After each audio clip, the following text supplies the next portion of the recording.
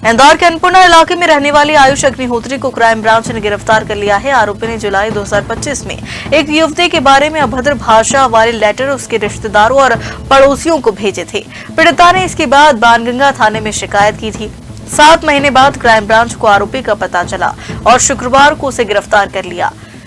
Crime branch के मुताबिक जुलाई 2025 में युवती ने शिकायत की थी कि अज्ञात व्यक्ति उसके और उसकी बहनों के बारे में अभद्र भाषा वाले पत्र भेज रहा है, जिससे परिवार और युवती को मानसिक कष्ट हो रहा।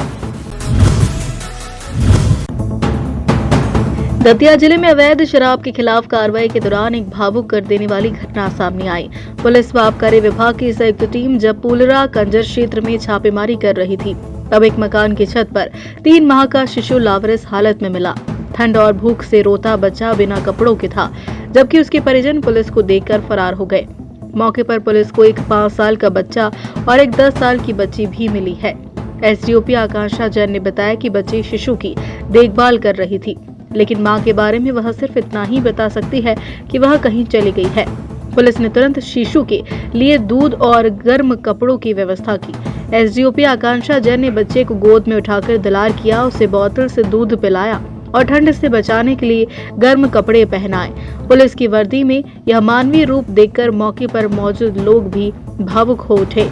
एसडीओपी द्वारा बच्चे को प्यार दुलार करते हुए यह दृश्य कैमरे में कैद हो गया, जिसका वीडियो अब सोशल मीडिया पर तेजी से वायरल हो रहा है। थाना क्षेत्र अंतर्गत ये सूचना मिली कि ग्राम पुलरा में एक डेरा है, वहाँ पे अवैध शराब की सूचना मिली थी।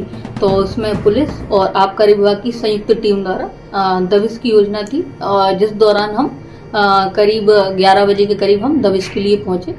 और जैसे ही हम दबिश के लिए पहुंचे उनके घर पर और हम सर्चिंग करने लगे, तो हमारे द्वारा देखा गया कि वहाँ पे सिर्फ एक 2-3 बच्चे थे 4-5 साल के, और एक 10 साल की लड़की थी, और एक बहुत ही छोटा बच्चा 3 माह का करीब, वो भयंकर तेज रो रहा था।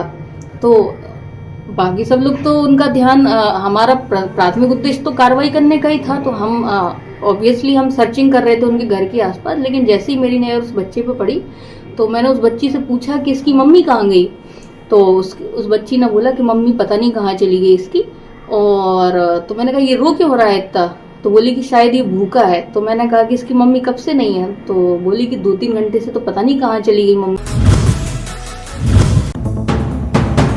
उज्जैन परिवहन विभाग द्वारा स्लीपर कोच बसों पर अचानक रोक लगाने से बस ऑपरेटरों में गुस्सा देखा जा रहा है। आरटीओ के आदेश को तुगलकी फरमान बताते हुए इसके विरोध में 100 से अधिक बसों को सामाजिक न्याय परिसर में खड़ी की गई। टूरिस्ट बस ऑपरेटर एसोसिएशन ने कहा कि स्लीपर कोच बसों पर रोक लगाते हुए बसों को आरटीओ द्वारा बंद कर दिया, जिसके कारण गंभीर समस्या उत्पन्न हो गई। इस निर्णय से केवल बस मालिक ही नहीं, बल्कि टूरिस्ट एजेंट, गाइड, ड्राइवर व स्टाफ, धर्म यात्रा से जुड़े छोटे व्यवसाय सहित कई अन्य लोग भी प्रभावित हो रहे हैं, जिसके चलते बसों को अस्थायी रूप से रोक दिया गया।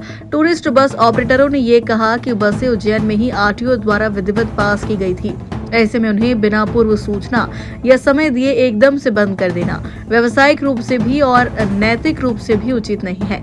इस निर्णय से केवल बस मालिक ही नहीं, बल्कि टूरिस्ट एजेंट, गाइड, ड्राइवर व स्टाफ, धर्म यात्रा से जुड़े छोटे व्यवसाय सहित अन्य लोग भी प्रभावित हो रहे हैं।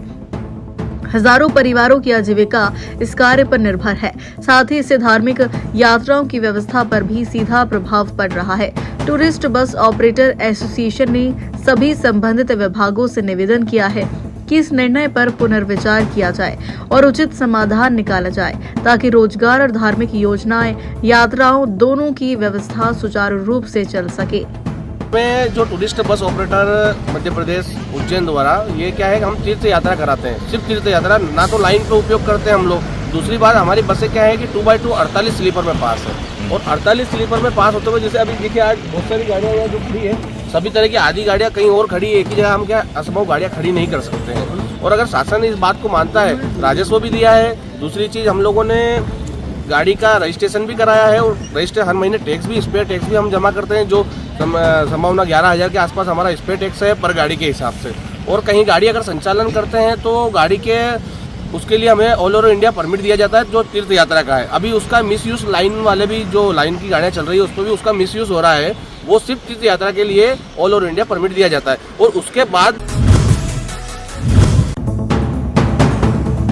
उज्जैन में आपराधिक गतिविधियों पर अंकुश लगाने के लिए पुलिस नित नवाचार कर रही है और इसी क्रम में पुलिस ने मोहल्ला समिति की बैठक ली जिसमें सीसीटीवी, अतिक्रमण सहित अन्य विषयों पर चर्चा की।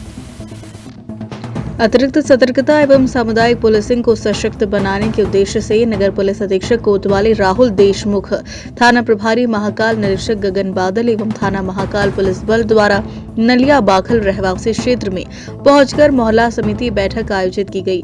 बैठक के दौरान पुलिस अधिकारियों द्वारा कॉलोनी वासियों से सीधा संवाद स्थापित कर क्षेत्र की सुरक्षा, यातायात व्यवस्था एवं नागरिक सुविधाओं को लेकर विचार विमर्श किया। Bureau report, Ujjain.